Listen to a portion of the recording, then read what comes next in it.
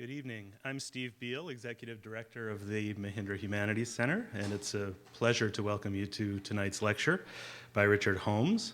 This is our last event of the spring, and what better way to be sent soaring into the summer than to hear Richard Holmes talk about ballooning.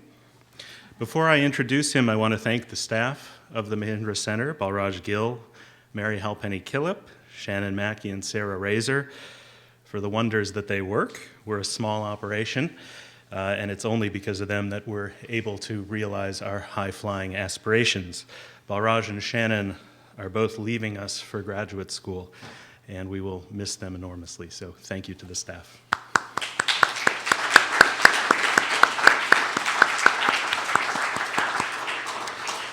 In his talk at Radcliffe last night, Richard Holmes showed us the manuscript page from William Stukeley's 1752 biography of Isaac Newton, where Stukeley recounts the famous story of Newton and the apple. Why should that apple always descend perpendicularly to the ground, thought he to himself? Why should it not go sideways or upwards, but constantly to the earth's center? If last night's talk was in part about falling downwards, tonight we have the great privilege of hearing Richard Holmes discuss the phenomenon of falling upwards, which is the title of his new book. The best-known balloonist in American literature and film, of course, is the Wizard of Oz. You may recall how L. Frank Baum describes the sensation that Dorothy experiences when her house is carried up in a cyclone. The house whirled around 2 or 3 times and rose slowly through the air. Dorothy felt as if she were going up in a balloon. At the end of the book, after he's been exposed as a charlatan, the wizard recounts how he found his way from a circus in Omaha to Oz. When I grew up, I became a ventriloquist, and at that I was very well trained by a great master. I can imitate any kind of a bird or a beast. After a time, I tired of that and became a balloonist. A somewhat inept balloonist, in fact, who got his ropes twisted and drifted off to a strange and beautiful country where his balloon and his hot air wowed the natives. His ineptitude repeats itself when he promises to return Dorothy and Toto to Kansas in a balloon, but accidentally flies off without them. The wizardry of Richard Holmes puts Oz to shame. His work isn't only about the wonders of scientific and literary breakthroughs, it conveys his own enchantment with his subject and conjures up a sense of wonder in us as we read. In the Age of Wonder, he whetted our appetites for falling upwards with a chapter titled Balloonists in Heaven. Ballooning, he wrote, proved to have extraordinary theatrical power to attract crowds, embody longing, and mix terror and the sublime with farce. It became showmanship, carnival, pure euphoria. A successful balloon launch became a communal expression of hope and wonder, of courage and comedy. Richard Holmes is a fellow of the British Academy and was a visiting fellow at Trinity College, Cambridge, and a professor of biographical studies at the University of East Anglia. He's the author of many award-winning books, including Shelley, The Pursuit, Coleridge, Early Visions, Dr. Johnson and Mr. Savage, and Coleridge, Darker Reflections. The Age of Wonder was chosen as Time Magazine's #1 nonfiction title for 2009 and won the Royal Society Science Book Prize, the National Book Critics Circle Award for Nonfiction, and the National Academy of Sciences Communication Award. Falling Upwards, How We Took to the Air was just published by HarperCollins in the UK and will be published in the US by Pantheon in October. We're honored to be getting a preview this evening. Please join me in welcoming Richard Holmes.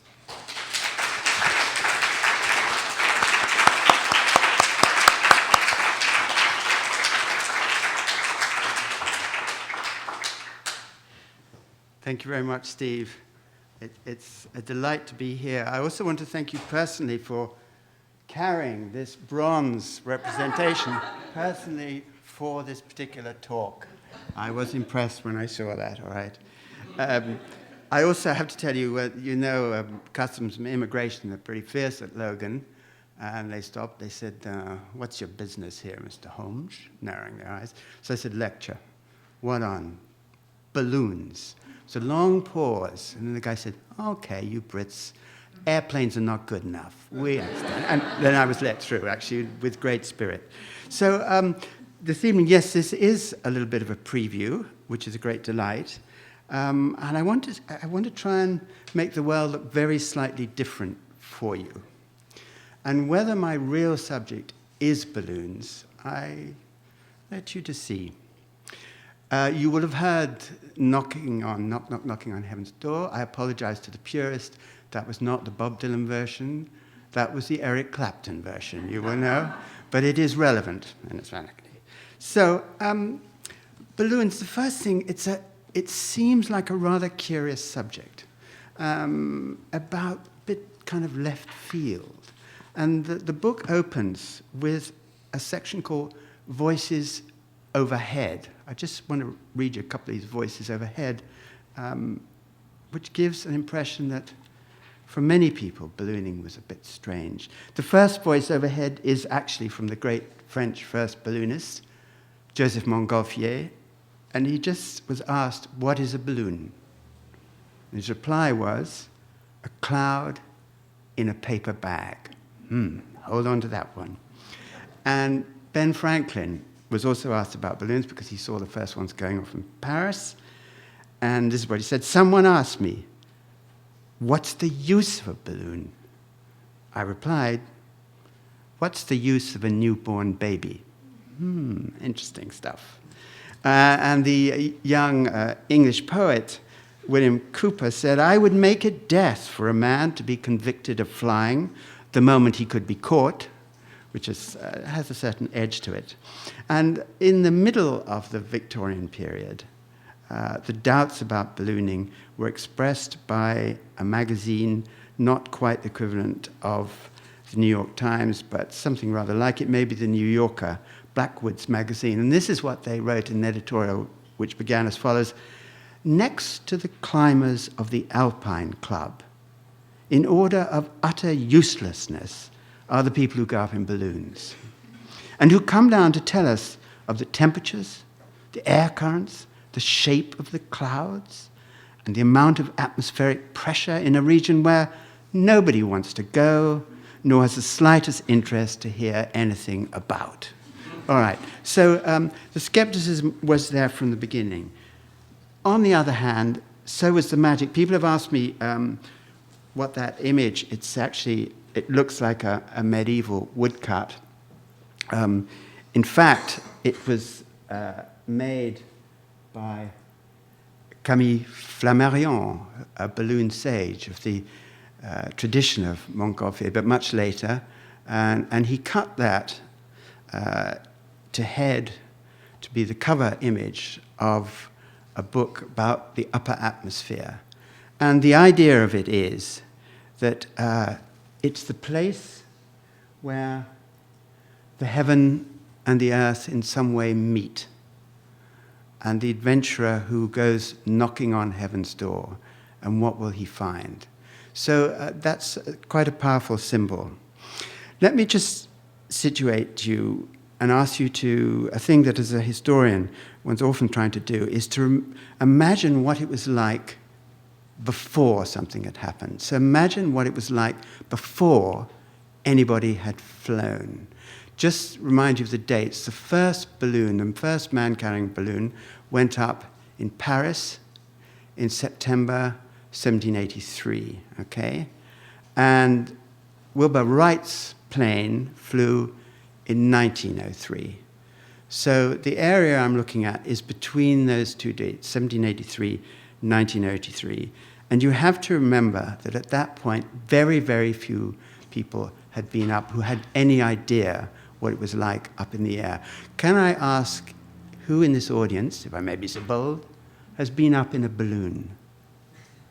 3. And the second question is, who in this audience would like to go up in a balloon? That's better. And at the end of the talk, I'll ask you again, see if it's gone down or up, or I don't know. Let's see. So but what I wanted to think about is, this is a rather interesting sort of modern surreal image. What might be up there? Visionary cloud, there the clouds are becoming balloons.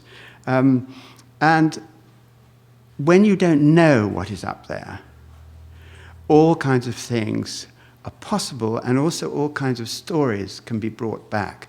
And the first reason why I began to explore and write this book was because I found that to every balloon there hangs a basket, and in every basket there is a story. So from a biographical point of view, the story-carrying capacity of a balloon is extraordinary, and I hope to illustrate that. So the structure of the book is a cluster of balloon stories. They have a historical shape, but it's the way these stories are told and the growing perspective they bring of the Earth. Because one of my themes is balloons make us see the Earth differently. And I will try and explore that. Balloons make us see the Earth differently. This particular balloon is a prototype flown by a Brazilian priest known as Padre Ballonero in 2008. And he wanted to raise money for a truck driver's rest stop. He lived in Paranagua, which is on the main road running south of Sao Paulo. And he decided one way of doing this would be to be carried up by a bunch of balloons. That's his first version, all right? He raised a bit of money, but not enough. So he then decided to go carried up by 1,000 small helium balloons. And he took with him a nice GPS navigation system, a telephone that could be communicated, a flotation system, and a special chair that had been adapted. And up he went one afternoon in September 2008. Towards dusk, the Brazilian Coast Guard received a phone call from him, which went roughly, I'm at 19,000 feet, so I'm nearer to God. That's a great line. But I'm very, very cold. And I don't know quite where I am, except looking down between my boots, I see I'm over the South Atlantic. And that was the last that was ever heard of him. He disappeared. His body was found 3 months later in the sea, much eaten, but the amount of money he raised for the truck stop was formidable. And it was a success, and it runs to this day. So was that balloon flight a disaster or a triumph? And was Padre Ballonero a crazy man or a saint? This is the kind of problems the balloon presents for you, okay? Let me just say a little bit more. I've always been a working biographer, and therefore the way stories work, the way lives are told, fascinate me. So let me give you this example. Just have a look at that for a second. Imagine, I'm sure there are many writers in the audience. Suppose you had to write a short story based on that image. Think of the number of ways you could tell that story. Huh? For example, had they had a really terrible row? Or had he slipped? Or what? What's the story behind that image? So I'll tell you the story. It's actually of a flight made from London. The image, in fact, is French. And the gentleman on the way down was a member of the Royal Navy named Lieutenant Harris. And he was making a flight with his fiancée, Miss Stocks. We only know her name was Miss Stocks. And he developed a particular ripcord to a balloon which would allow him to land very gently with Miss Stocks and then release all the gas. And then they would have their wedding. He launched from the east end of London very successfully. They floated over the Thames and went down to an area, Surrey, called Bromley. And he saw a bit of parkland, and he decided this is where he would land Miss Stocks. Unfortunately, he then pulled the gas release cord, and the balloon began to drop like a stone out of the sky. And what actually happened was just before they hit, Lieutenant Harris of the Royal Navy leapt from the balloon basket in order to lighten the weight and reduce the impact. And he was successful to the degree that he died and Miss Stocks survived fine. And I present you again, was that a disaster or was that a triumph? All right? You see what I'm beginning to get at here. All right, just short versions. All right, that's free. If anybody wants to use that for a short story, I think you could do all kinds of things with that. All right. I also have to say that's a French image, and the English journalist said, "Oh, that's a lot of romantic nonsense. He just fell out. He didn't jump at all." Okay, so that's typically between French.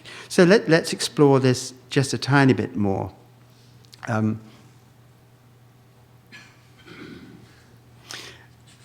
Incidentally, all these stories come from the very first part of the book.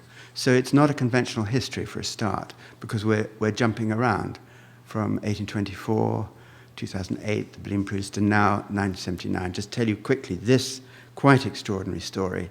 A true story, of course.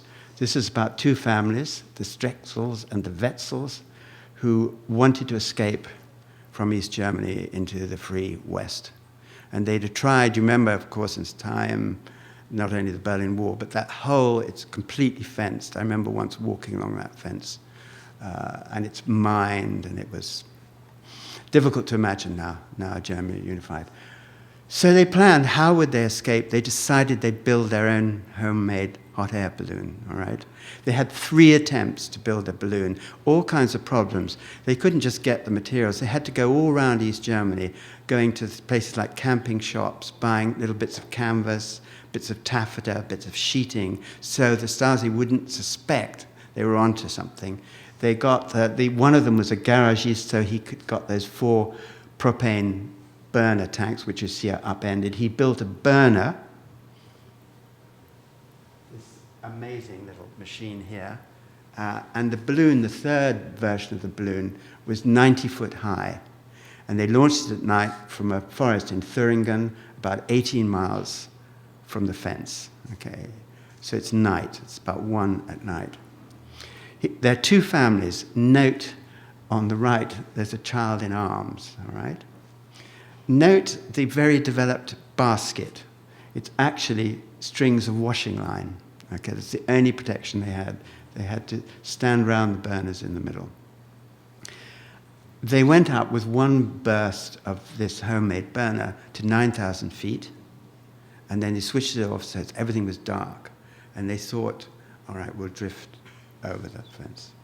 And of course, balloons turn in flight. So very quickly, pitch black, they had no idea where they were or which way they were going, because air currents can change at different heights. So imagine this, there's 2 families hanging on with the washing line around them, pitch black, 9,000 feet, not quite sure where they are. And then, to their horror, they see some searchlights coming up. And they think that must be the border, and they're going to spot us. They have to make a decision. Do we keep the burner switched off, hope they don't spot us, and maybe we'll drift over? Or do we switch on the burner, try and climb clear? They decide to switch on the burner. They give it maximum blast. They go up to something like 12,000 feet, at which point the homemade balloon at the top catches fire. So there they are, the 2 families at 12 or 13,000 feet. Somewhere, they're not sure which side of the border they are, with a balloon that's on fire at the top. And then Strexel, the garage mechanic, takes a very brave decision. He thinks, whatever else, we're not going to just drop down into this zone. We've spent 3 years trying to escape. So he puts the burners continued on. And because of the nature of the canvas that they were using, which was largely tenting canvas, which is impregnated against rain and so, it didn't burn very easily. So the balloon did not completely burn up. So they kept flying. They ran out of gas. They landed in the dark. They were fine. The kids were fine. One of them broke a leg. That's all, not the children, one of the adults. But they still didn't know where they were. They were in a field somewhere. And they could see it was still dark. There was a pylon, an electric pylon, which is the great thing balloonists fear, at the other end of the field. So Wetzel, who'd broken his leg, limped across to the pylon, and he saw it had one of those danger of death signs on it. And he looked very carefully on it, and he saw it was made by a West German electricity firm. They were free, okay? And they wrote a wonderful book about it, and it was turned into a film by Disney. So again, yeah, and to their great advantage, actually, great advantage. Not only were they free, but they made their fortune, okay? So again, what's the nature of that story exactly? Very interesting to tell. One more, let's have a look at. The images I found while researching this are quite extraordinary and dramatic, the images that ballooning produces. This is, again, I've jumped back, you see, right back to 1785. We're still in the opening sections of the book. And this is about another version of Padre Balonero. It's about a retired young military general, Major Money, splendid name, who decided to raise money for the Norfolk and Norwich Hospital, which is actually where I come from, up in Norfolk in England. The hospital had just been founded. And he did the same thing. He got hold of a hydrogen balloon. He took off from the center of Norwich, and all the worthies of Norwich came round ready to contribute money. And he rose up, and he was going to float westwards gently towards Peterborough. But at 7,000 or 8,000 feet, the wind turned round, and it blew him straight out into the North Sea. All right? And he couldn't bring the balloon down. He went out 25 miles. It was now dusk. Several boats set out from the little villages, still there, Southwold and Lowestoft. But they couldn't find him, and they all gave up, except for one boat, who had a very good captain, and he thought about balloons. He thought, I've never seen a balloon before, but they must float along the line of the wind. So I'll set my sails to sail along the line of the wind. And he sailed through the night, just continuing on that course. At midnight, the moon came out, and he saw just the top of the canopy. And that was Major Money, still just afloat, up to his neck in the freezing water of the North Sea.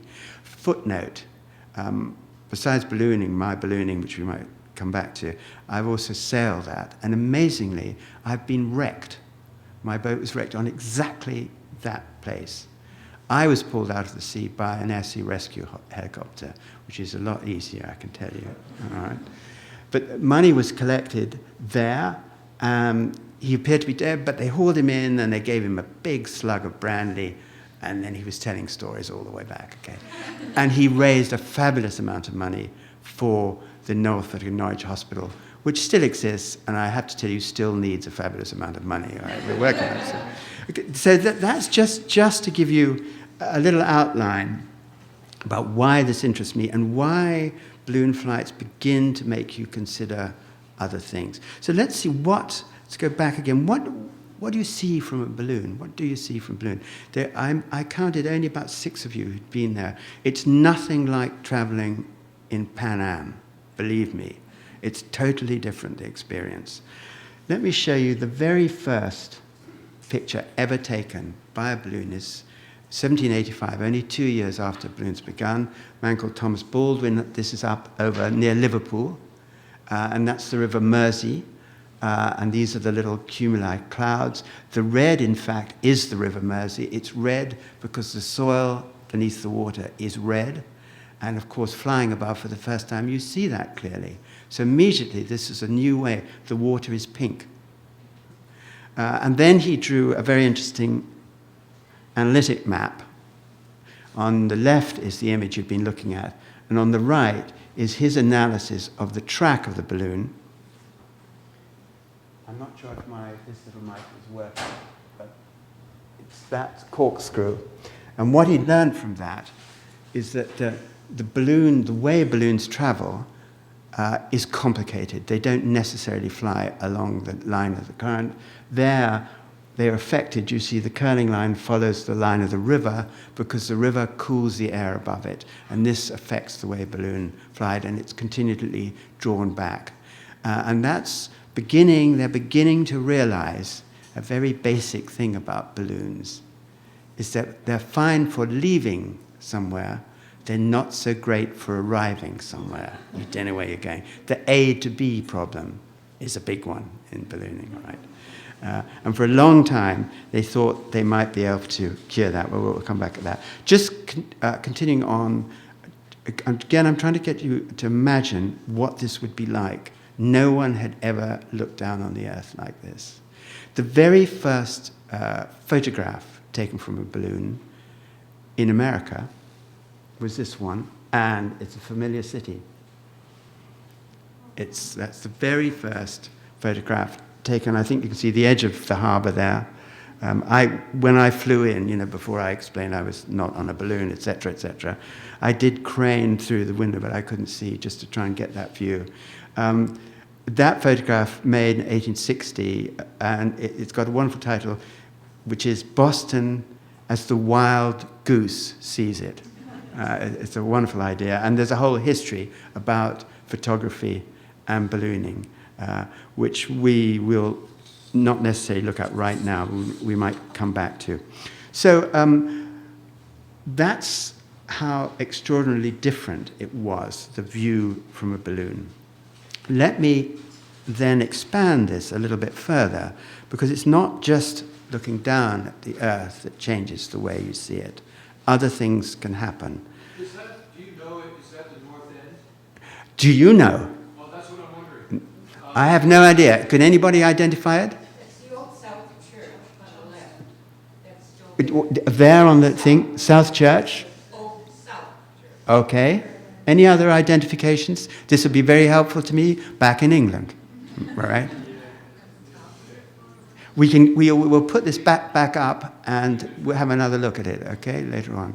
Anyway, I think you should be proud of that. Boston, first city photograph from the air. Very, very suitable, okay. No, there are no students waving, but they must be down there somewhere, all right? So let's take this view from a slightly different way. This is back in Europe. Now, this is the first major flight that was made, 1836 now, okay, from England to the continent, as they used to call it.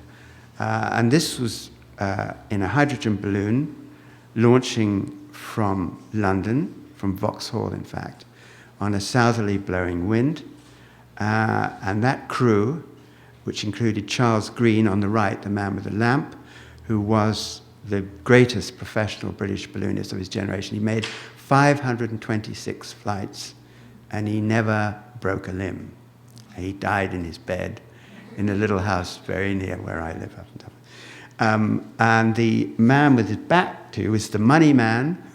He was an MP called Mr. Holland, because ballooning is very expensive. This balloon, which was known then as the Vauxhall, cost the equivalent of then £2,000, which is very difficult to get equivalent, but we're talking somewhere in the area of maybe 80, no, I've got to go into dollars, so maybe $150,000, something like that. It's a very expensive piece of kit. And the man on the left peering out is a wonderful Irish writer called Monk Mason, who wrote the first really brilliant book called Aeronautica about balloon flying. The two things I want to say about this picture, first of all, it's imaginary, because how could you stand outside the balloon flying? The lamp is a Davy lamp, a Humphrey Davy lamp, which does not set fire to gases outside it. And can you see just the little stick thing? Here. That is a very expensive Italian barometer that Green kept all his life, the best up-to-date equipment, because the barometer was the, of course, equivalent of an altimeter. You set it at 0, and as the pressure alters, it goes down as you rise. You can get very accurate readings of the height. So there they are at night. Notice how cold it is. They're all kitted out. And they've been sailing. They've crossed the channel. It's dark. They're sailing on an easterly air current. They don't know quite where they are. And around midnight, they enter this infernal region. In fact, it's the city, the Belgian city of Liège, which used to be the great textile producing, and it's still with a beautiful church, and the river Meuse, quietly, a very calm city. But over the last 10 years, it had suddenly become the center of iron foundry. So what they were doing was flying at night over this area, and these are all little depictions. The artist doesn't really know what an iron foundry looks like from the air, but the descriptions are extraordinary because they could hear the sound, they could smell it all coming up, and then they could hear the people laboring in it, and the shouts and the cries. And Monk Mason, the Irish writer, makes a wonderful account of this. He says, we're entering an industrial cyclopean region. This is the future. And we're not sure we like it. All right, so they overfly it. And later on, they fly in the complete darkness. The stars which are up there are clouded out. Remember, lighting in Europe there, it's minimal, not like as you see now through satellites. There's no light below them, no light above them. And then this extraordinary effect happens that they find that the dark seems to close in on them and become claustrophobic, because normally, and the great thing about a balloon is you have this wonderful sense of openness and calm and horizon. And now they're flying through dark, and it becomes more and more solid. And Mason describes this brilliantly. He says, we gradually stopped talking to each other. We gradually sort of crouched in the basket, and we realized that we were all thinking this darkness is getting completely solid. It's as if we're flying into, and this is his words, a block of cold black marble. And we all had the sensation that we would be entombed in this piece of marble, and we would never escape. It's an extraordinary passage, and one of the reasons it's rather extraordinary, if you put your more literary hat on, where would you imagine around this time, the 1830s, who would be writing about somebody being entombed in marble? Gothic. Edgar Allan Poe. And the Edgar Allan Poe stories, the Telltale Heart and so on, Aegea, they're all about the same image of being entombed in the darkness. And the connection is extremely interesting, is it turns out that Edgar Allan Poe was reading the Irish writer Monk Mason, and some of his earliest stories are actually about ballooning. And we might go back to that, but perhaps the best one is he sold a news scoop to the New York Sun. This is Edgar Allan Poe's, young Poe, just in New York, about how the amazing Monk Mason had built a second balloon and flown it from Ireland, being an Irish writer, right across the Atlantic, and had landed on the American eastern seaboard. And Poe had got hold of his diaries and was writing a scoop story. The New York Sun tripled its circulation. The accounts of people trying to get copies of this. It ran this story for 3 days. This amazing account, these 3 crazed Englishmen who'd sailed the Atlantic and arrived safely. And on the 3rd day, of course, it was discovered by the editor that this was one of Edgar Allan Poe's early hoax stories. All right, okay.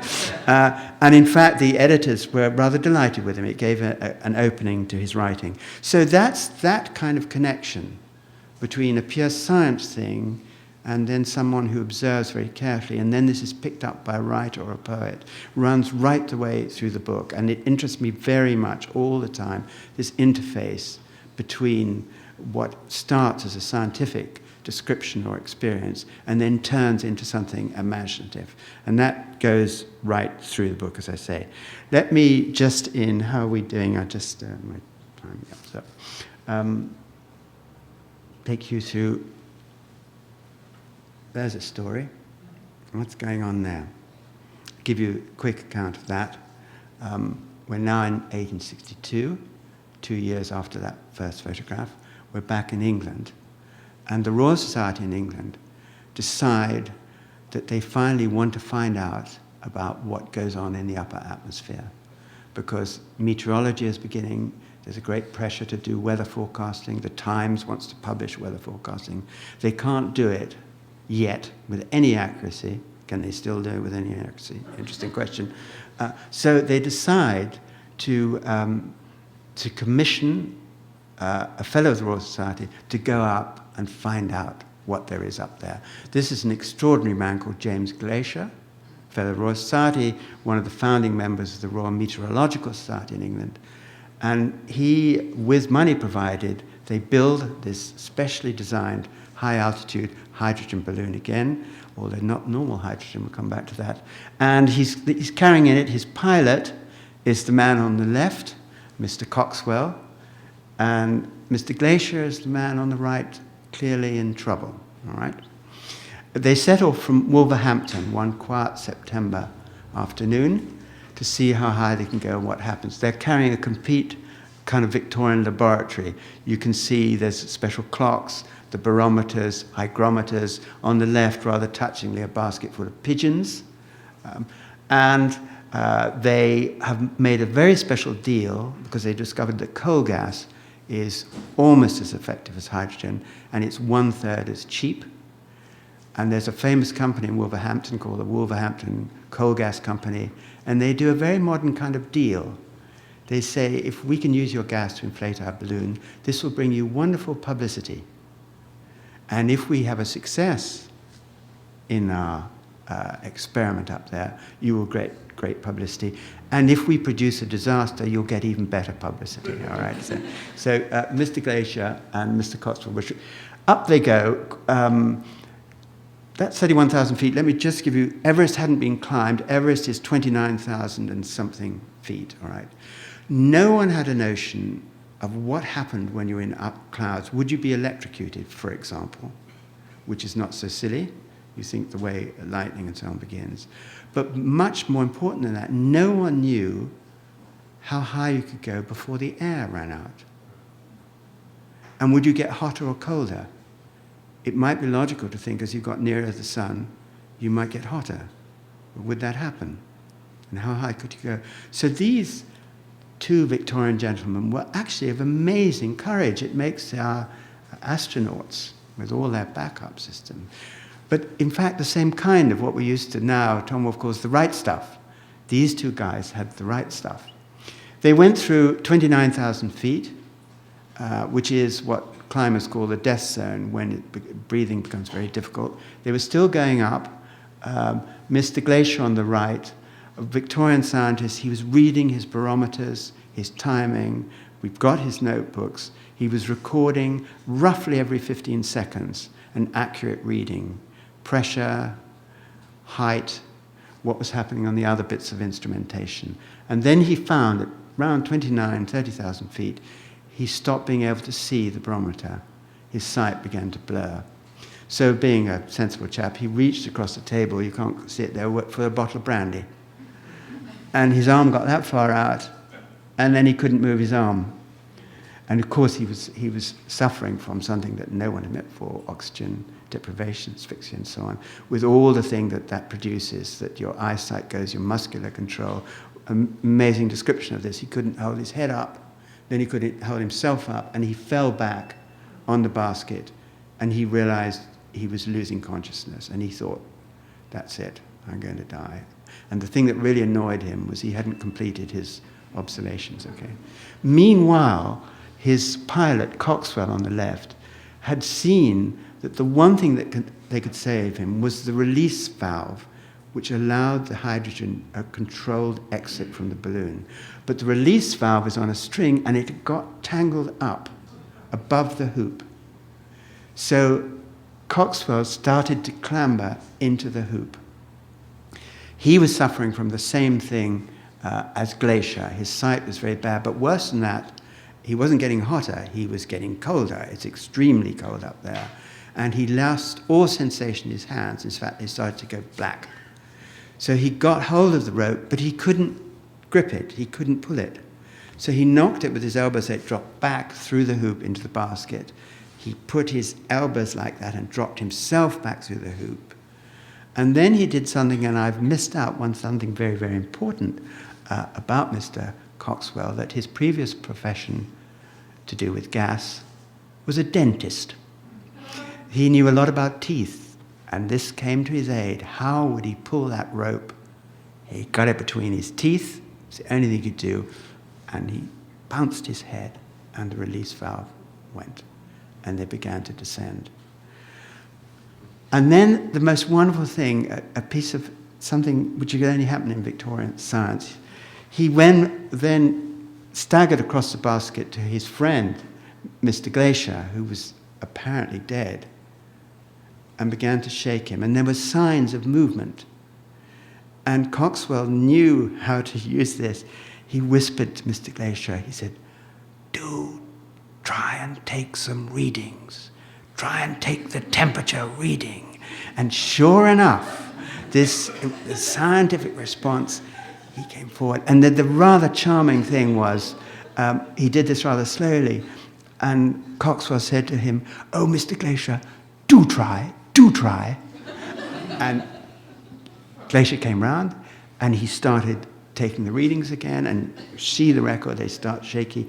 And so they'd been both in this awful state for 7 minutes.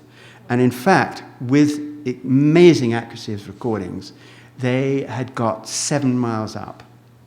And they'd also established that as high as what we now call the troposphere, the biosphere, breathable atmosphere goes.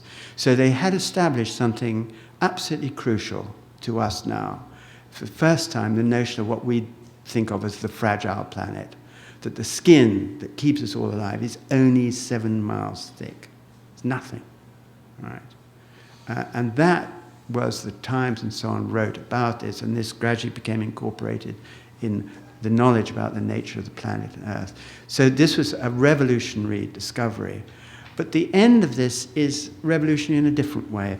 They landed in the countryside near Ludlow, completely deserted. They were deflated the balloon, and then together they walked 7 miles, exactly the height that they'd gone, to the nearest pub where they had a pint, and that's where they completed their report. And in the book I go into this. This produces an extraordinary, the Times writes about it, very interesting editorials about the nature, first of all, of science, and then of scientists, and the nature of scientific courage. Very interesting editorials, saying this is different from military courage, it's something new. And of course, being the Times, it says, and the British are extremely good at it.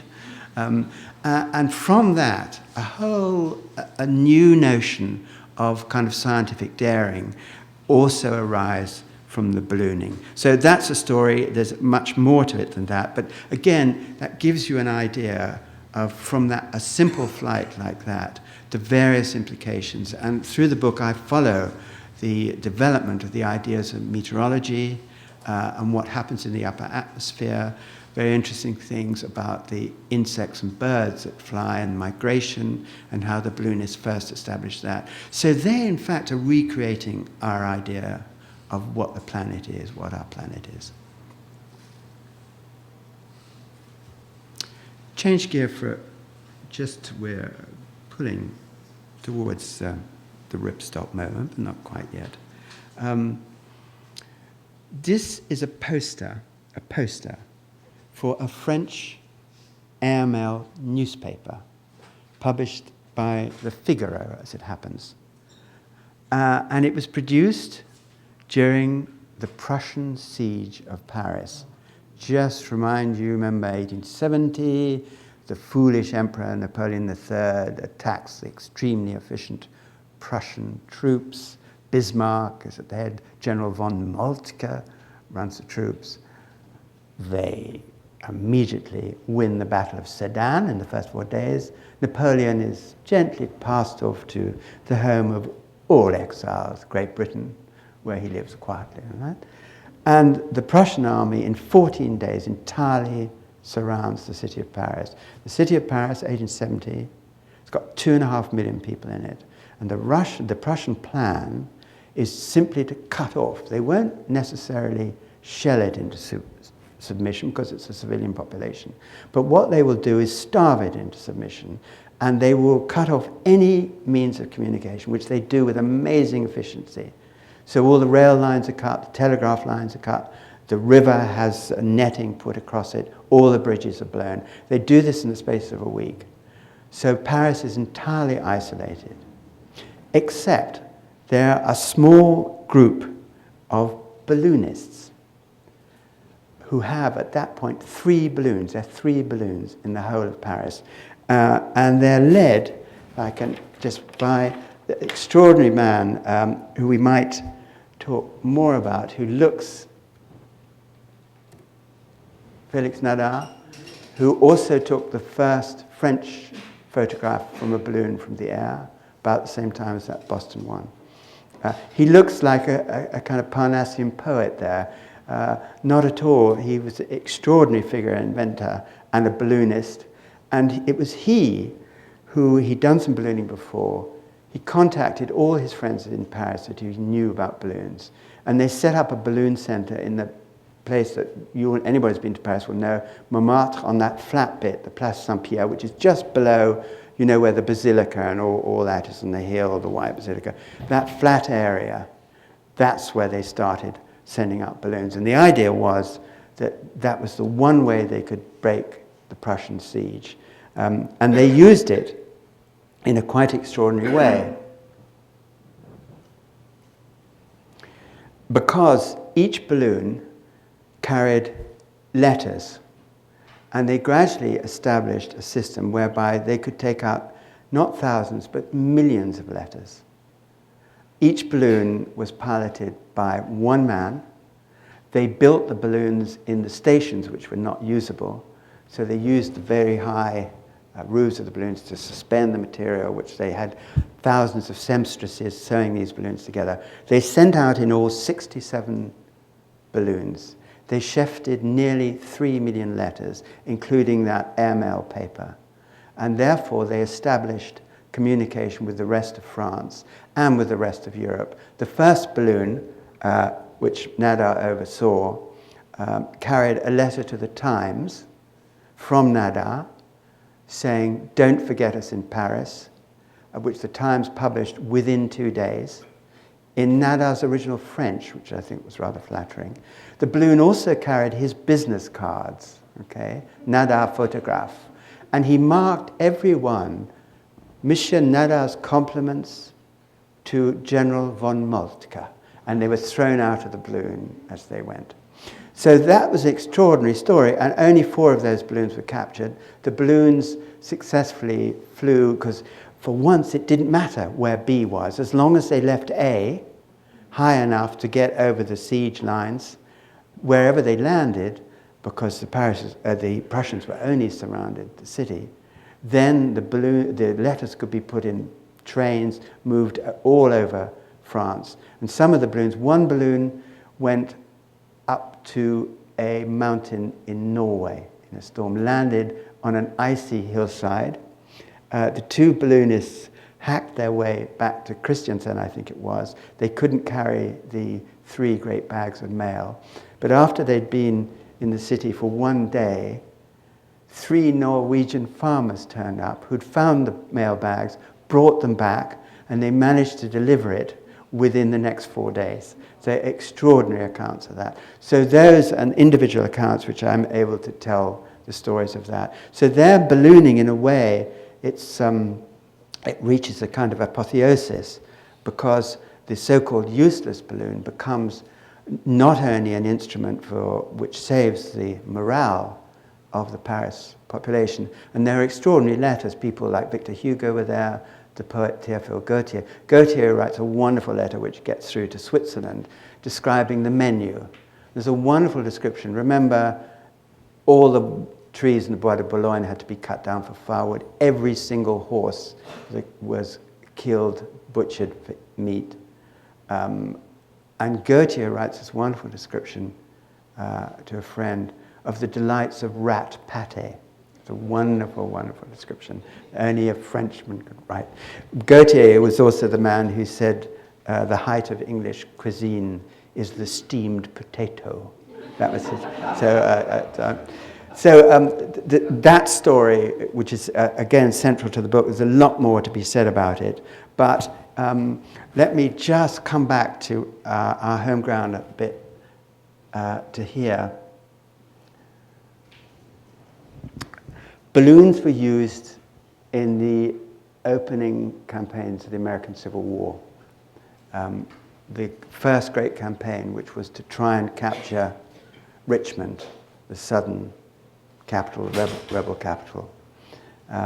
Thaddeus Lowe, Professor Thaddeus Lowe, was one of the great American balloonists whose his great aim in life was he wanted to, it's so wonderfully American this, what did he want to do with a balloon? He wanted to start in California and sail right across America. That was the obvious thing to do. But his balloons, he did cross the Allegheny Mountains, but the Rockies were way beyond him. At the outbreak of the war, he brought his balloons to the White House, to Washington. In fact, there is a story that he landed a balloon on the lawn of the White House and demanded to see President Lincoln, who gave him an immediate audience, and he said, "Mr. President, I can do something that no other has never happened in any other war. I can produce tethered balloons which can carry telegraph lines, so our spotters can go up and look at the enemy army and telegraph observations of exactly what the enemy are doing, the Southern doing." And Lincoln immediately allowed Lowe to form an observation group, and they were key in that early Peninsular campaign. And I'm able to look at several stories, one of which I will tell you. Also, the South, the rebels, the Confederacy, being relatively poor, could not afford balloon equipment. But they did a brilliant thing. They did put one small balloon together, and they announced that it was called the silk dress balloon. And the announcement was, it was made of all the ballroom dresses of all the Southern belles, and they'd all volunteered their dresses for the cause of Dixie. It's a brilliant propaganda move. And this was long thought to be a myth, and with the help of some historians in Washington, we have established that this silk dress balloon really did exist and was flown during the siege of Richmond, taken down by rail down to Chickahominy, I can never pronounce it right, river, and was watching the Union Army advance and reporting on it. And this very extraordinary thing happened, which again makes you think about balloons, that in fact it was tied to a riverboat and sailed down the edge of the Union Army, and it was captured. And I've seen the report by the Union officer who captured this boat with the balloon on it. And it's the first report. He says, "We found this Southern balloon, and it is made of silk dresses." And so it never flew again. It was destroyed. But the story of the silk dress became the most wonderful propaganda instrument for the South, because their community, even the young ladies, were prepared to make the sacrifice of their dresses. And the bits of the silk balloon were cut up and became precious souvenirs, particularly to the Union officers, and particularly Thaddeus Lowe got hold of a bit. And in old age, when he moved to California, he wrote of having a piece of this famous Southern balloon in his fingers, and how precious it was to him. And he writes wonderfully about the colors of the dresses and so on. His archive moved to the Library of Congress. And 2 years ago, I was in that archive looking through Lowe's letters, and I unfolded one of them and slid out of it this section of the Southern silk dress balloon. There it was. It was quite an amazing moment. Just for a moment, I thought, I'd like to take that home. I didn't take it home. One more story from there. Among the amazing surprises, I discovered that Lieutenant Custer, as he was then, that we are talking about last stand Custer, okay, was one of the few Union officers who were prepared to go up in a balloon. And he left a wonderful account of it. And what surprised me is that he was known, for his arrogance and his vainglory, really. But his account of the balloon, being up in the balloon, is completely surprising. Let me just see if I can dig it out. Here we are. Now, this is the young Custer, and this is his own account of going up in one of Thaddeus Lowe's balloon to observe the rebel army. He was invited to go up in the balloon. My desire, I wish I could do the Custer accent, but I won't attempt it. You imagine it. My desire, if frankly expressed, would not have been to go up at all. But if I was to go, company was certainly desirable. With an attempt at indifference, I intimated that I might go along.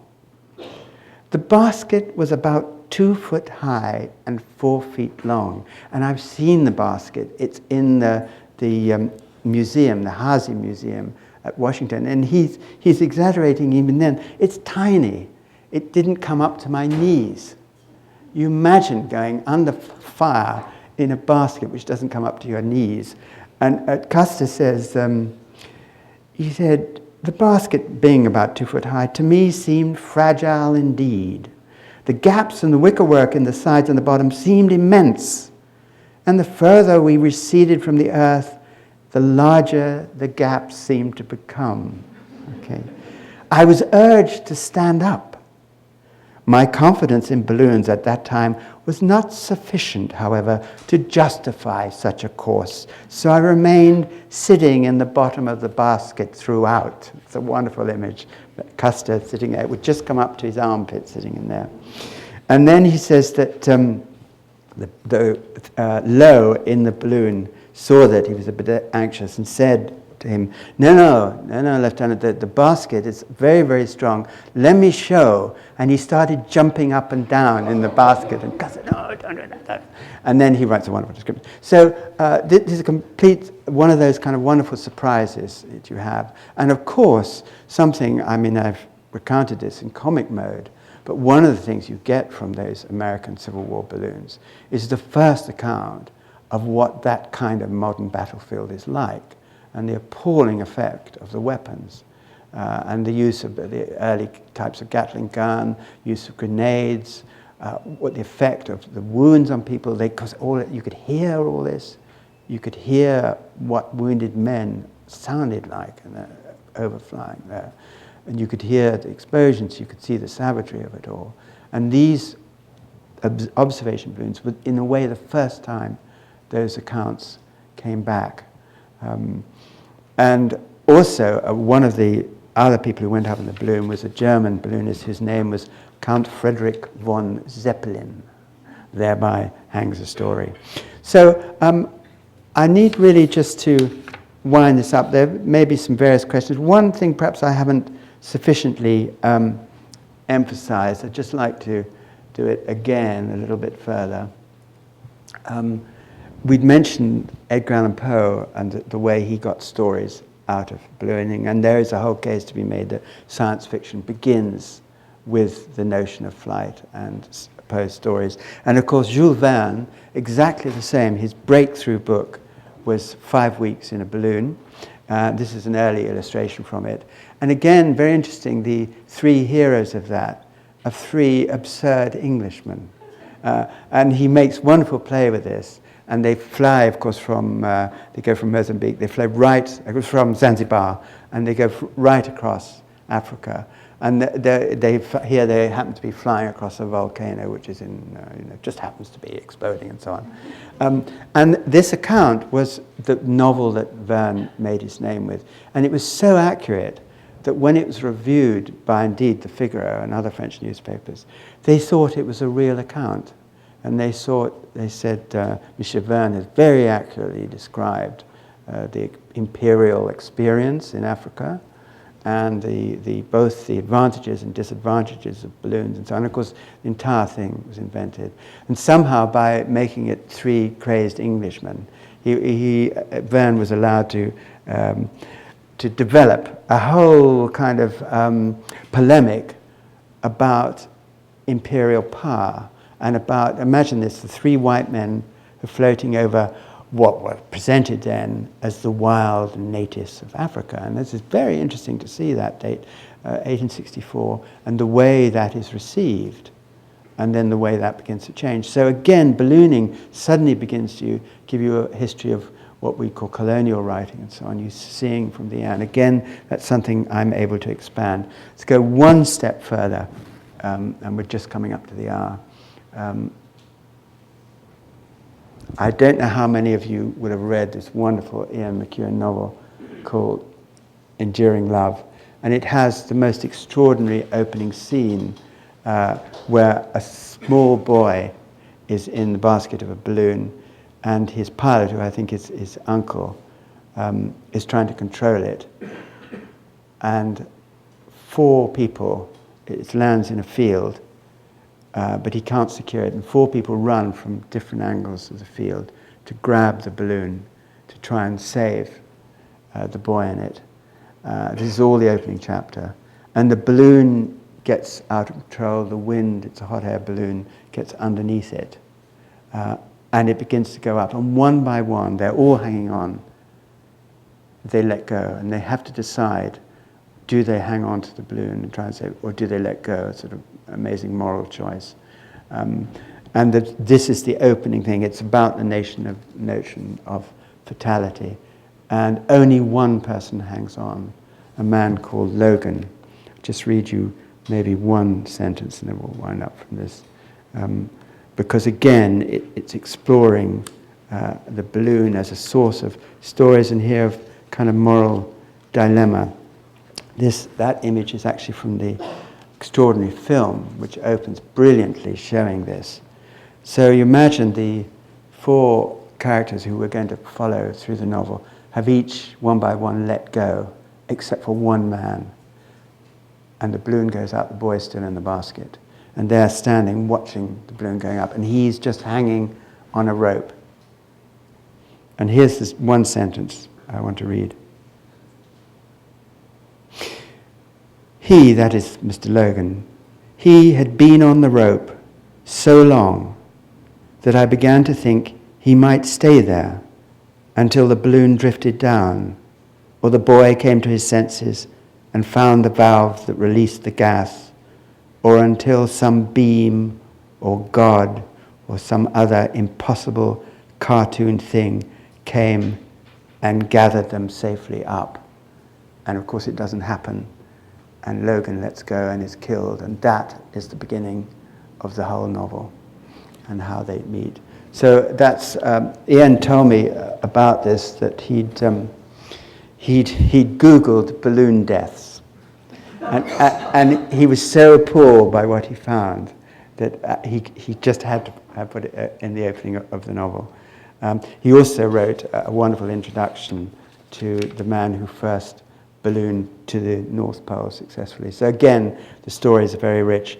I think I must say all kinds of questions to rise, and for some of them are merely historical questions, some are historical, philosophical questions.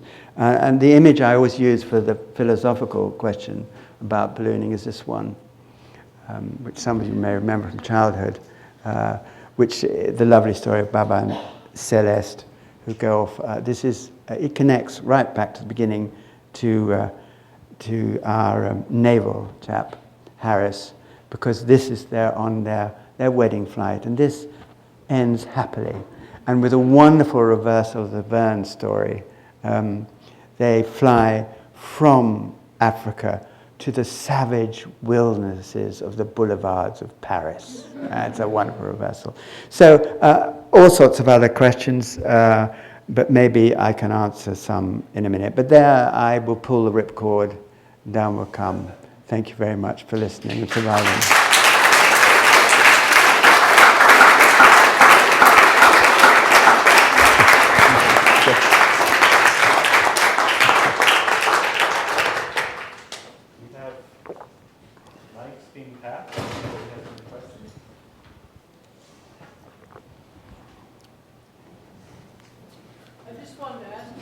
Oh, sorry, there's a microphone coming, yeah. And can you introduce yourself?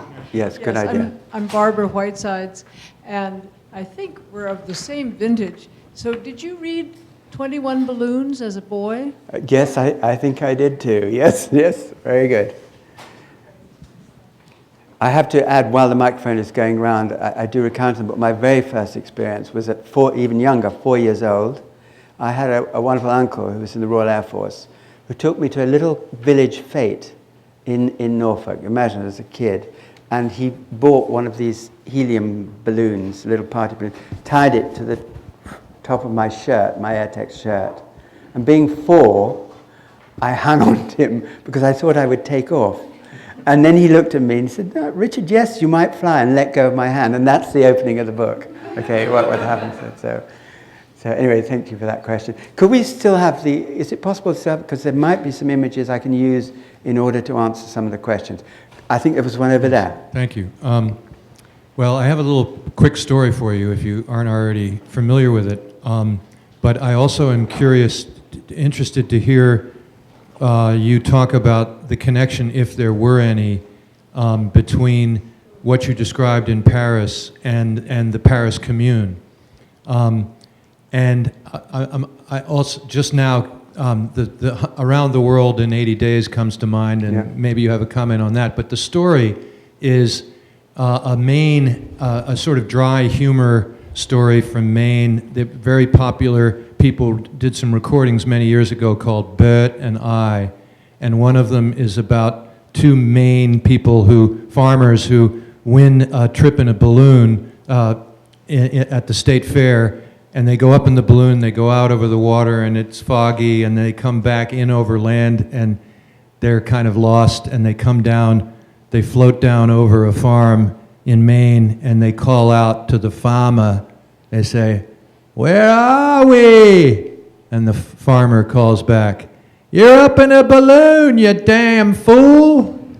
And that's it. That's it. Okay. All right. Yes. There are many stories like that. You began with a question about the Commune. Yes, one of Nadar's pilots who successfully took a balloon out in the early days, then came back and became the official chief balloonist of the Commune. But they never got a balloon up in time. So, but the incident that's a very interesting point, because after the disaster of the Commune, when of course many more people, Frenchmen, Parisians, were killed in that, there was a terrible collapse of morale in the city of Paris. And that same Nadar was responsible for, first of all, the story of the balloonists became a heroic thing. They built a monument to them. And then, in a marvelous way, that because he was a man of many talents, he realized that what the painting was one of the great things that would bring people back to Paris. And in his photographic studio, he set up in 1874, so it's only 2 years after this, the first Impressionist exhibition, because he was friends with all Manet, Monet, and so on. So his ability, he was the first great sort of publicist, I think, image manipulator, and also a brilliant and brave man. And again, the ballooning takes you out into that kind of story. And the footnote to that, which is very interesting, tells you something about history. They built this beautiful French monument to the balloonists, big bronze monument at the Porte Maillot. And in 1940, when the Nazis marched back into Paris, the first thing they did was blow up that monument. History has curious curves. Anyway, thank you for that. Sorry, look at sit down. Thank you. Sorry, I'm Hilary Shore. I loved this lecture, every single thing. I want you to talk for hours. I'm sure no one else has any plans this evening and shares my enthusiasm. I'm really interested in the relationship between the air and the earth, and going up to study what's above and going up to study what's below. And what I'm thinking of in particular is a very strange moment in Henry Mayhew's book about the criminal prisons of London. Mm-hmm. He actually begins with a balloon flight. And you think, why would you begin with an aerial view of London? This quite the 1850s. It's a very unusual description, only to then go into a prison system. And there's a very similar moment, although not ballooned, I think balloon-inspired, in Ruskin's Nature of Gothic, where he imagines the bird flying over the mosaic of Europe and then comes down into the construction of Gothic and the land of the workers. So how much were people going up to know what was up, and how much were people going up to know what was down? That's very nicely put. And this is Henry Mayhew, he's talking about the great Victorian journalist, the contemporary of Dickens. And you're absolutely right, but except it's slightly the other way around, that after he'd written the great book, which is London and the Labouring Poor, which was published ironically in time for the Great Exhibition of 1851.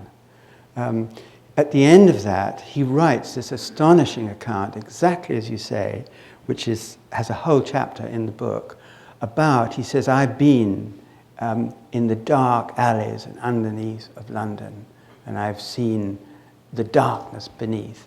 And I wanted to overfly the city. I want to have the angel's eye. And he writes this extraordinary account of flying in one of Charles Green's balloons, Charles Green, the man who made 526 flights and never broke a limb, across London. And it's one of the most perceptive piece of balloon writing. For example, just give it, he says when you fly over the industrial city, we're talking in 1852, this article was, you see, one of the things you see is the huge divisions between the wealthy West End and the poor East End. It smells different. It looks different. He also flew at night. It's lit differently. The lights of Mayfair are very different from the gin palace and the brothels of the East End. And at one point they actually come down in the East End and they're attacked. The balloonists are attacked because they're thought to be somehow represent a moneyed elite. But in fact, Mayhew was one of the great Victorian journalists, and he uses this idea of the angel eye to then develop towards the idea of the Victorian philanthropist who should use the angel's eye to better the conditions of the city. And the connection is with Robert Booth, who is, as it were, the next generation, who then begins the great improvements in London. And the Booths, what they call the poverty maps, are exactly based on balloon eye views. So you can then read off and colour in. So there, it's absolutely right. And even further, it's quite clear that Dickens read the Mayhew accounts and used them in his novels. Dickens had a particular attitude about ballooning. We'll go into that later. But very good question. Is of a balloon. The frontispiece to Dickens's first collection, Sketches by Boz, is a balloon. I have to tell you, it's in the book. There's no balloon in the book, yes. But it's on the frontispiece. Yes. Yeah, that's right. Thank you. Very, very good question.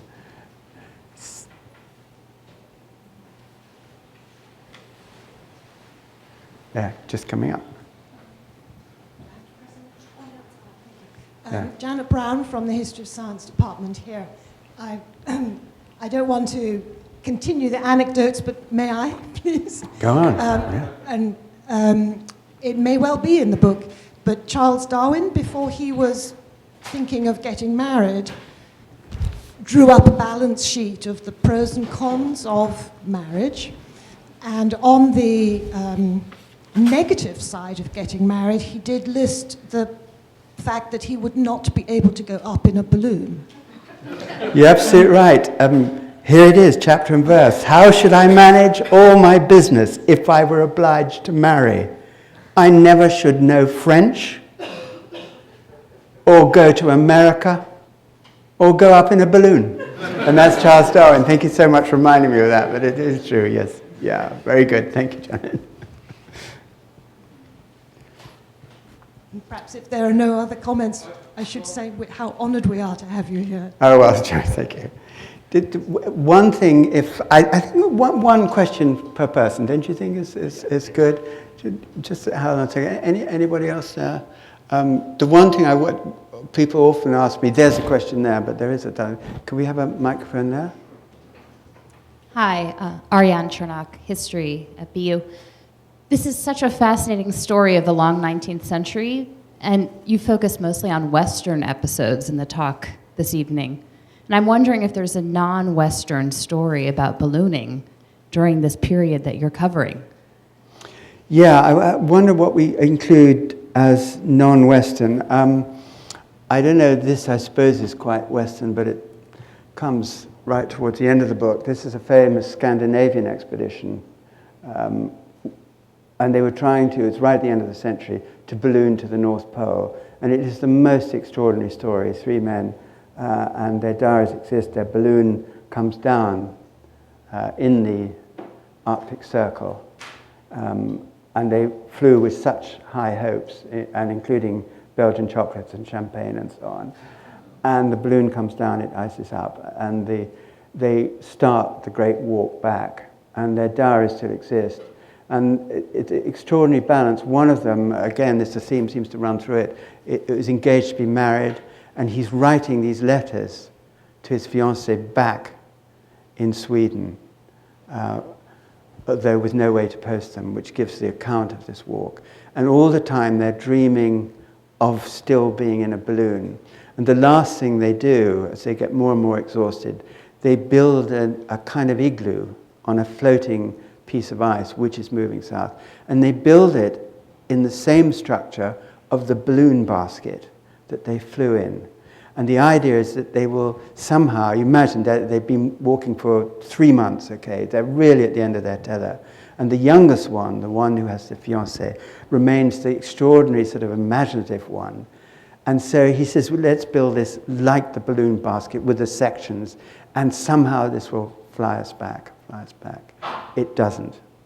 And their 3 bodies are found 30 years later.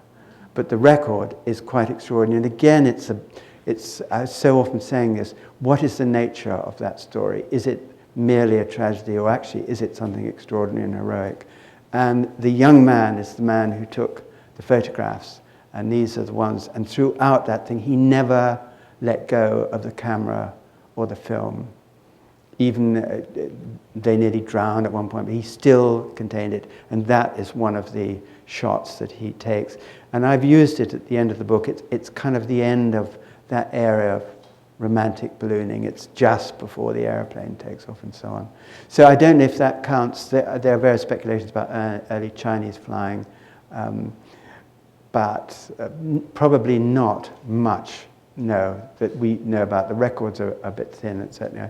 There is something about Australian flying, which includes my account of how we nearly land on the lawn, the Parliament lawn in Canberra. But an officer said, if you touch down, I can't do the Australian accent, if you touch down, I'll give you a parking ticket. Okay, it's a true story. And that's the other question that people sometimes ask me, do you do any ballooning yourself? Okay, because obviously I'm a sort of theoretical scholar who would never do any of that stuff. That's my photograph from the Albuquerque, the famous balloon fiesta, okay, taken in 2010. That was, it doesn't look like it was dawn. They do this amazing thing called mass ascents. 300 hot air balloons took off on that ascent, okay. I was flying with a woman pilot who was the winner of the American Gas Balloon Challenge Cup for the year before. She was a formidable character, okay. And she really didn't say very much in this basket. And we were going up, imagine this, going up, we got to 1,500 feet or something like that. 300 other balloons all taking off. And the thought occurred to me, as it might have occurred to General Custer, I thought, what happens if we collide? What's the physics of a collision of a hot air balloon with another hot air balloon? And then I saw there was another balloon, which was completely black, which seemed rather sinister, and it was getting closer and closer. I thought, we are going to collide. I thought, well, surely if 2 hot air balloons, they just fold up and you drop. So I looked across at my pilot, completely expressionless, calm, didn't say anything at all. So I thought, one of 2 things. Either it doesn't matter, or she knows we're going to die in the next 10 seconds, and she's not going to make any fuss about it. And we did hit. And what actually happened, the 2 balloons came, and there was a sort of boom, and we just drifted apart. And here's the punch, and this is a true story. All those balloons at Albuquerque have names. And some of them, incidentally, look, I won't go into that. Some of them look extraordinary.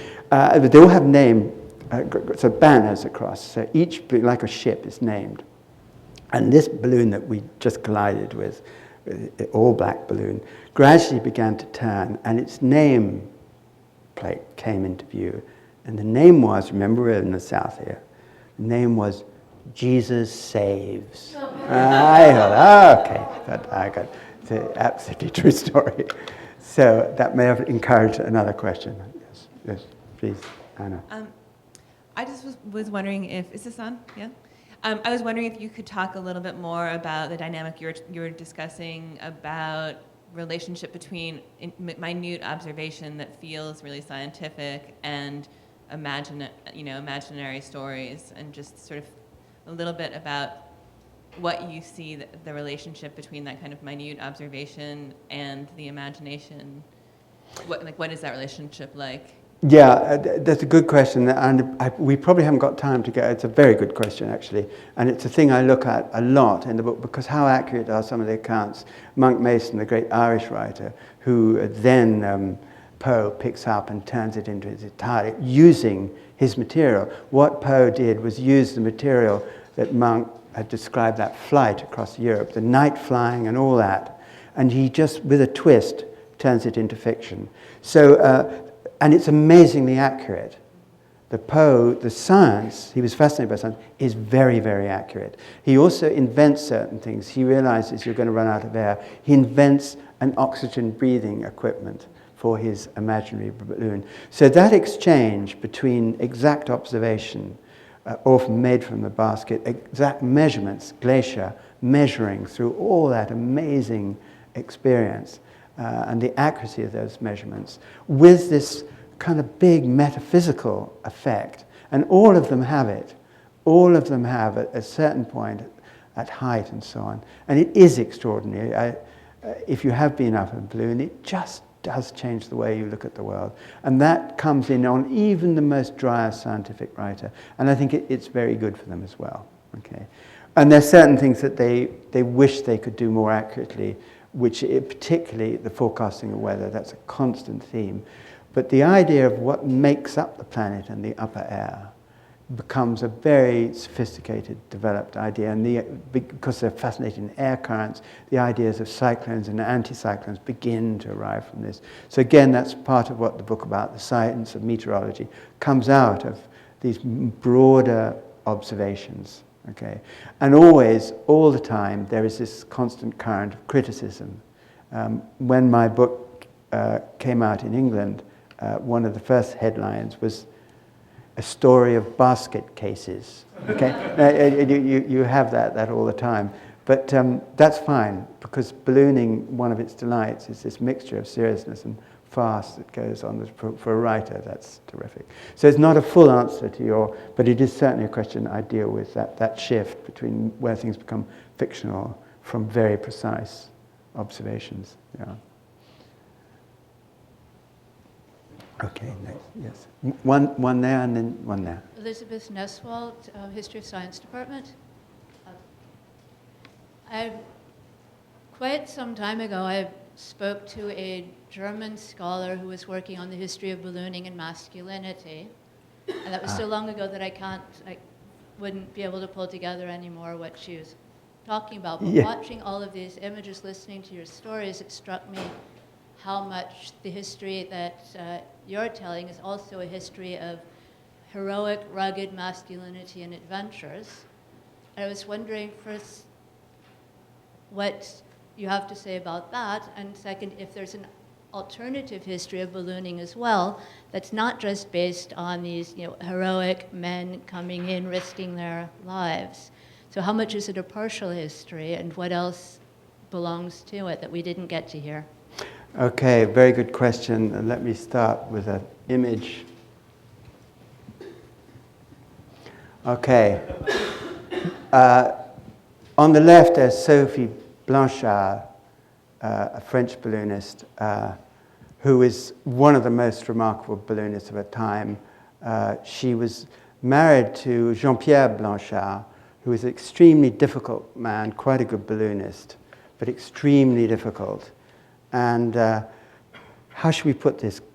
Fortunately, he had a balloon accident. He died, leaving young Sophie Blanchard free to establish an amazing balloon career, which I write about in some detail.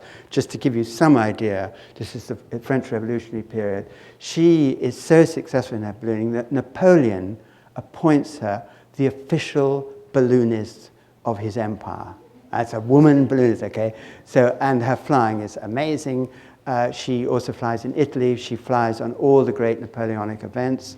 I discovered there's a little town in the southern side of the Alps in Italy where once she landed, and they celebrate her every year. There's a Sophie Blanchard feast and fete, okay? So she is a sort of feminist heroine, and the way people responded to her flying, just let me point out, see that That basket is about the size of a cradle or a champagne bucket. So Custer's one, which came as high as his knee, this barely comes to her ankle. And she sailed in that with brilliant success. Once over Naples, she flew so high, she said, I couldn't be bothered to come down, so I stayed up and slept the night up there and then came down in the morning, and she really did, okay. She also developed an extraordinary system of, can you imagine this in hydrogen balloons, of firework displays, okay, suspending fireworks on rods beneath the balloon basket. And she became famous for doing this in the Luxembourg Gardens. And I'm afraid to say in 1819 it ends in tragedy, which I can hardly bear to tell you about. So she was outstanding as a balloonist. And incidentally, a very interesting character study because the very difficult husband, who there's really no story about her until Jean-Pierre dies, and suddenly her story begins. And B, we know that on the ground she was rather petite, small, rather pretty, I think, very timid person. It was said that she would jump at the sound of carts going on the cobbled things in Paris.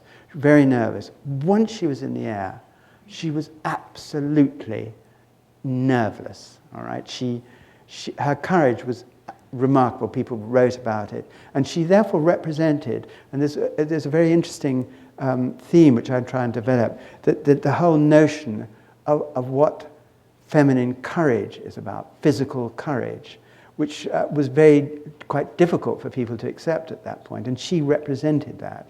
So her story is very important. There are others who just leap to the other end, so you know there is a proper reply to your question, right? Dolly Shepard in 1908, an Edwardian balloonist, and she, her courage was quite extraordinary. She developed a form of ballooning in which she went up, never mind the basket. She had no basket. She had a trapeze. Can you believe this? She held onto a trapeze and went up in these balloons. And her technique, her additional thing, was she had a very simple form of parachute attached to the balloon, in a long straight like that. And when she got to 10,000 feet, which I'm not sure if you can see it, yes, you can see, do you see that she's got a little bracelet on her left hand there? That was a tiny miniature barometer in silver, so she could read the height. And between 10 and 12,000 feet, she'd look round for landing, she'd pull a release cord, and she would parachute down to earth. Now, she became absolutely a sort of Edwardian heroine, but the really good part of this story, I have to tell you, is that she had a rather sinister sort of Svengali French balloonist who organized a lot of these. And I looked into the question of what she was paid. Was she insured in any way? No, no, no. Her payment actually was dazzlingly good, but it was by flight. Okay.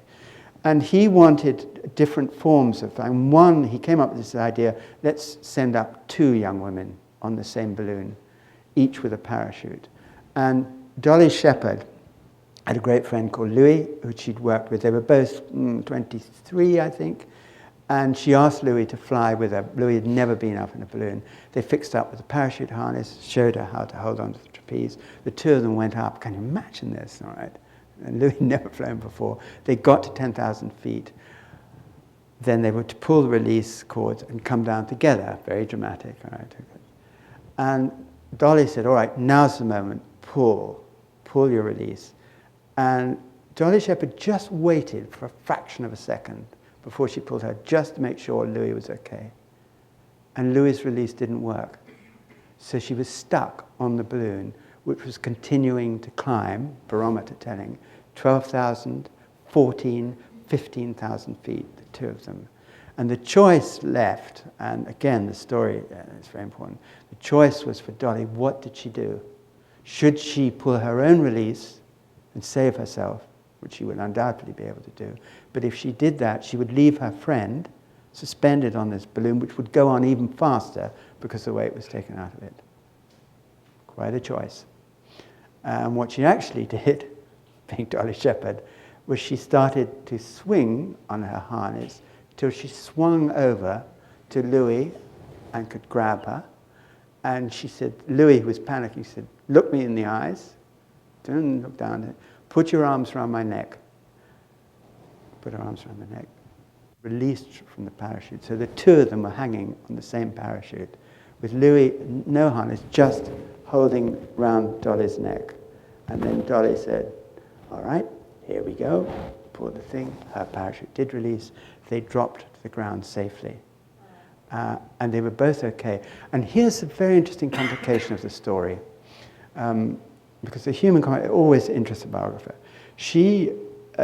Louis was fine. She got up and walked away. She'd fallen on top of Dolly because of the way they were held. And this damaged Dolly's back.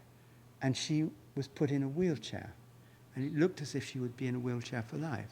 But being Dolly Shepherd, she developed a form of physiotherapy where she pulled herself up. And within 4 months, she was not only walking, she was back parachuting with the plane. And she actually had a wonderful career, married later. And I found in her 70s, she met the Red Arrows parachute team in England. But here's the interesting thing about the story. Louis, whose life she'd saved, never saw her again, never visited her when she was ill, just cut off all relationship. Why was that? Very interesting thing which I try and explore. And it's something to do with what happens in a traumatic situation, something to do with people whose courage sustains them, and for others it doesn't, and so on. So again, this is an aspect of ballooning. Do you remember I said right at the beginning that is the book really about ballooning, or is it about completely other things? And that would be an example, and that is also my reply to what about the women? No, it's not just the blokes. It's certainly not. Okay. So there was one more question now. Ray Jayawardena.